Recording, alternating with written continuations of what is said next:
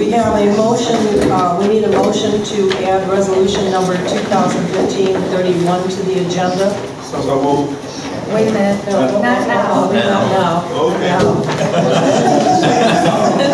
Take one and pass it down. Yeah. Richard, take one, pass it down.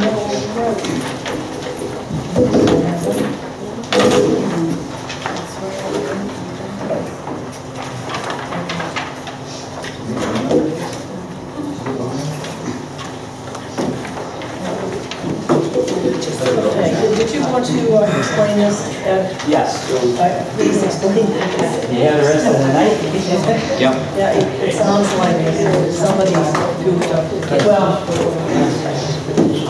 Good evening. I'm here to discuss ordinance 31. which was the Libby Road ADA accessible curb ramp project. Yes, and John will help me out with this. The history, as you know, this is a community development block grant project. We were awarded a grant in the amount of $149,440. This work is critical to allow us to proceed next year with the Libby Road project, because under the state's requirements, they will not pay for handicap ramps as part of their improvement project. So next year's project is going to be an ODOT project, but it's the local responsibility, 100%, to pay for that. Now, that's the reason this project was delayed, because we didn't have the funds to pay for this. So we went out and we applied for the community development block grant. We explained how this project affects the Libby Road resurfacing, and obviously we're awarded the grant. Cut to 2015, we bid the project. We have 4 bidders. The bids range from $197,070 to $94,510.10. My estimate on the project was $151,000. Part of the reason for the $151,000 estimate was we're bidding it this year in particular. There just seems to be a lot of construction work that's out there. There's a project actually that was bid last week in Lake County where there were no bidders. So, and we had to put a very tight timeline on this because of our grant agreement. We have to have 50% of the project funding spent by June 30th. Okay? Now, they give you a little bit of slop on this, but not too much. So, as part of our contract documents, I put in a very tight timeline on when the project had to be 25% complete, 50% complete, 100% complete. And then I also linked any loss of community development block grant funds to the contractor. So if they don't meet the requirements of the contract and we lose funding, they're responsible and they don't get paid. So we lose, they lose. Obviously then we have a bidder who's in at $94,510. Which is low. I have actually worked with this firm before, and they actually do very good work. The problem is, obviously, they left about $40,000 on the table. They're $39,000 lower than the second low. This project is rocket science. It's a verified sidewalk program. So, you know, they may be working at a loss, they may be working at no profit. I don't know, to be honest with you, I don't care. It's a great price. There's 2 things we do. We make sure they rip out concrete, and we make sure they put it back. It's tested. We look at it. So, you know, it's really difficult to cut corners. Obviously recognizing that, A, they made a mistake, or, for whatever reason, they're doing it at cost. Maybe below. I don't know. But that's really not my problem. My problem is getting the best price for the city. And in particular, on these HUD jobs, it's important that we avoid any type of controversy by skipping the low and going to the next bidder. Because if there's any type of time delay, now we're going to miss our deadline.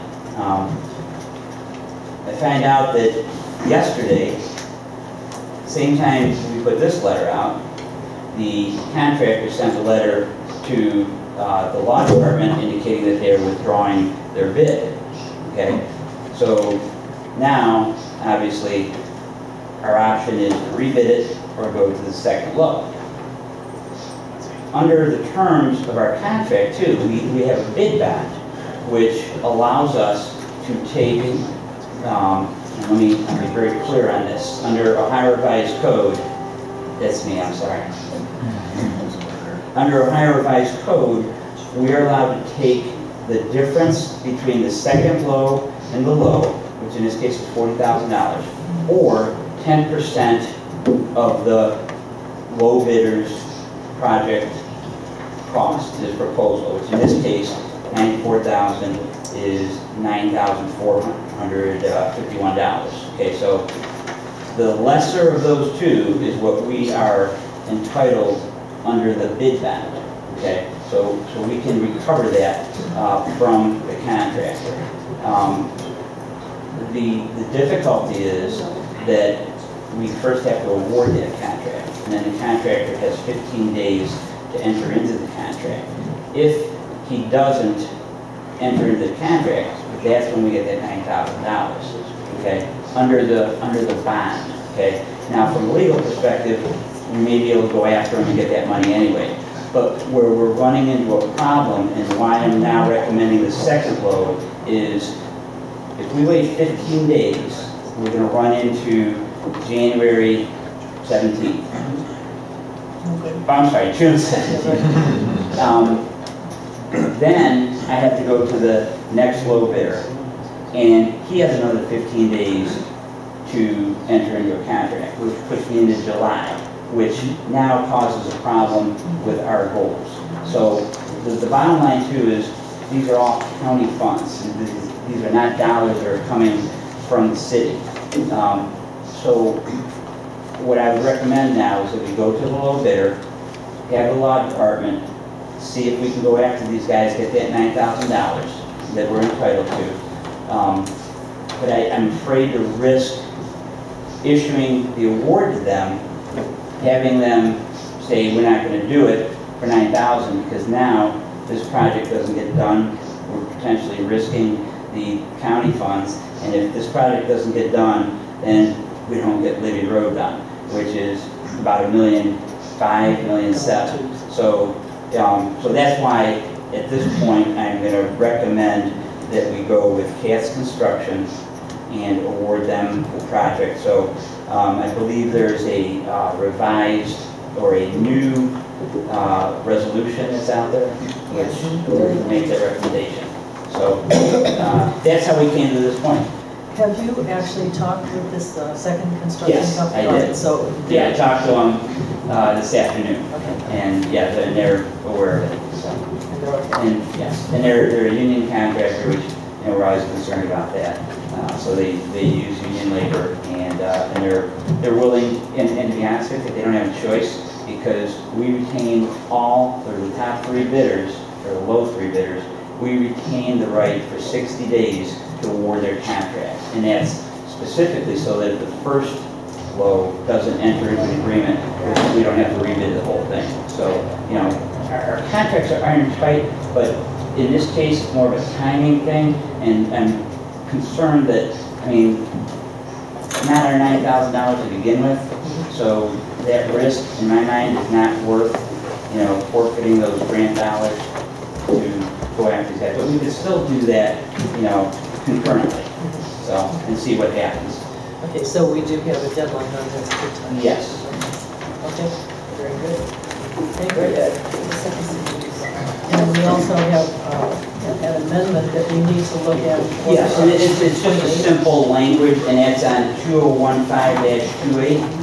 And if you look at the fourth whereas, we have with the current utility agreement in order for the Cleveland Water Department, then that actually should change to Cuyahoga County Department of Public Works, and then where it says maintain, it should actually say to complete pavement repairs or work performed on the city's water mains. And just to give you a summary of what this does is, right now the county maintains our sanitary sewers and our storm sewers, and what this agreement will allow them to do is it will allow them to follow up and City of Cleveland's water repairs, where they dig a hole and they just backfill it with stone, it will allow them to send their crews out to make those repairs. And where this is really beneficial to us is if we have a major blowout on a water main that we had a couple of, maybe 5-6 years ago on Lee Road, or on Libby Road. Sometimes these repairs run $30,000-$40,000, and in their financial condition, it's very difficult, to have that type of money set aside for emergency repair. With this agreement, the county can go out and make that repair with their forces. And is there a deadline on this? If you want to put it on first reading, that's fine. But I'd like to get it into them by August, 1st of August. I think we've all got the information, aside from this amendment that needs to be. Yeah, and it's just, again, the agreement itself is the same. The language hasn't changed in that. It's just the fourth whereas. Okay. I would say that you might want to pass it, only because they then have to pass it through their channels. It's, Which would take probably another, who knows how long that'll take, probably if we ever get a signed copy back. But it has to go to county council. yeah, so I mean, so in the meantime, we're responsible for fronting money for the repairs and asking for reimbursement, which they may or may not agree with. So I mean, I would assume, I would think in our fiscal emergency that this truly is an emergency piece. We should adopt it. And really what brought this on was that we had a repair on Broadway, and we were very fortunate because, I shouldn't say fortunate, but that blowout of that water main that cut off Broadway also took out a sanitary sewer. So fortunately, because they're repairing the sanitary sewer, they can repair the pavement. If there was no sanitary sewer there, then we would have to figure out a way to make that pavement repair. By implementing this ordinance, we can now have them make that pavement repair on any water main blowouts. So it's very similar to what we do with sanitary and storm. We're currently arguing with them about some past repairs that we made about the price we're charging and, just simplify, make it more economical for the city. Good. Thank you, Ed. I appreciate that. Okay, thank you. Madam Chair, question. Go ahead, Mr. Jackson. On the ADA sidewalk repair, Yes. and especially seeing that we're kind of going to be pressed for time, I'd like you to make a note to make sure that the contractor doesn't try to do all 4 corners of an intersection at the same time. Okay. That he allows, he leaves one side available. That's a good point. I'll make sure. So as a procedural standpoint, we would withdraw the 30 and replace it with 31. And then amend. If everybody's in agreement. And then amend. Right. Not 31. Oh, no, 3128. Yes, Correct. if you're all in agreement. Okay, if, we're going to go back to the beginning here. We have,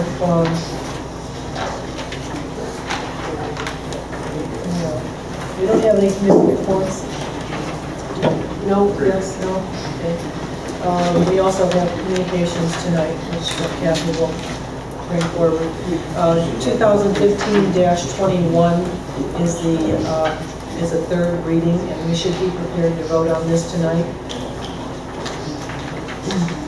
2015-27 is the tax budget, and this is a second reading. And I understand that we will be having a meeting on the 15th for all of your questions which you might need to have answered, and those should be answered at that point so that we can pass this on July 1st. And again, we've just finished 2015-28, so we will need to amend this. Right. That will be, Kathy will read that if someone would like to come over. 2015-29 is the lease agreement with the towers. We've been talking about this for quite a while, haven't we? This one, yeah, it's sort of been waiting, but I guess it's time to pull the trigger. I would say put it on first reading. I just, interestingly enough, got a letter from American Towers just the other day saying that I could shop it around and just like to do the other one. I I mean, I know we could probably use the money immediately, I'm sure, but maybe let me try to do a little more. If you're in agreement with where to do it, but it seems to be the trend in every tower in every community, these companies are approaching it. I'm not sure if they're trying to cut their, because they're going to be obsolete in 10 years, and they're trying to cut their losses by, because they're in these long-term leases, and they would be obligated to keep paying them, you know, so I'm not sure if they're cutting their losses or they're improving their position. I'm not really that guy. Actually, far better than that. If these towers are going to be in existence in 10 years or not. So John, are you saying that it's okay to let this go? Let me try. No deadline with them? See if you get a little more money, unless there's a financial need for it, maybe they're not. I'm sure we probably need this, but. Okay, so we'll keep this at a first reading. Yeah, we'll try. Until you come back. Okay, all right. And then we have 2015-30, which we will delete. Yeah, I'll just manage. With a motion, yes. The tower isn't even built yet, I don't believe. This is District 1, it's not even completely built yet, so I think we wouldn't. I would say 95%. So they're not even prepared to actually pay us the money until it's built completely anyway, so another 30 days probably, I don't think they'll close on it until it's completed. So they won't even give us the money probably for 60 to 90 days anyway, to be honest with you. Okay, but the fact that they're actually building it, doesn't that mean something? Oh, yeah, absolutely, but I don't think they'll we pay the rent until it's built, you know. Okay, all right. And 31, I think it is explained pretty well, unless you have any lingering questions for that? No? Good? Okay. Do we have any other comments, or if you'd like to look at, before we do that, look at your expenditure? Are we okay with that? There's just one tonight. 2015-45. Any questions on that?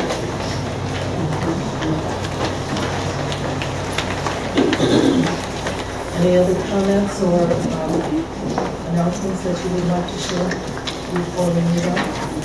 Jackie, I got one. Go ahead. On the tax 5-year levy, did we ever figure out what that was going to cost the residents per month? Did we get a figure on that? I don't think we did. It's actually making less money than the last one. Overall. So it's, yeah, so it's less money. Did you hear the question, folks, John? Alex wanted to know if we have the exact figures on what the levy would be costing, the senior levy would be costing residents. And actually, when we got the tax information from the county, it was less. It was definitely going to generate less. I'll have to get that information. Okay. Madam Chair. Mr. Brownlee?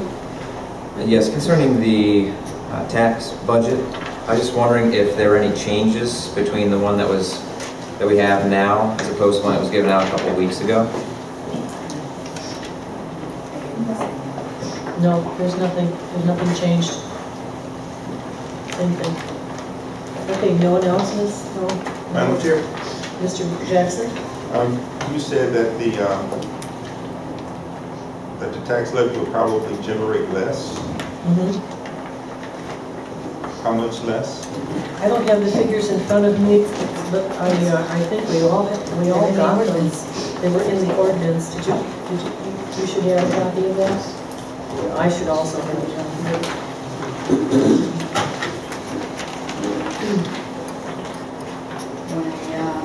When I sent the email, it was in the email.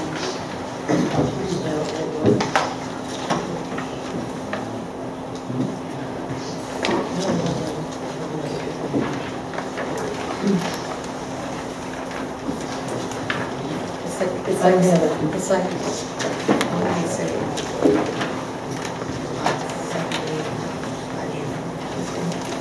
I have it. I mean, you don't remember exactly what it was, do you? We definitely all have that.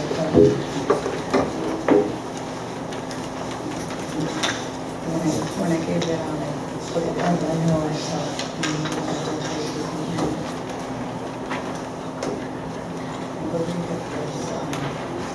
I believe the other one is 383 and some change. And this one is 875. It wasn't much. It wasn't. No, 1800. It wasn't. It wasn't. I don't know if you can hear the rumblings up here. Or the original amount was 383,000. And it came back at somewhere near 375,000, so it is less. It would be generating less. It would generate less money, so the cost Should cost less. but I don't exactly. Okay, do you want to take a But break? didn't we send that down there to make sure that if we are passing a levy, it's enough to cover? It's close. It's not third reading now, we have the same numbers Right, we have this. for a month.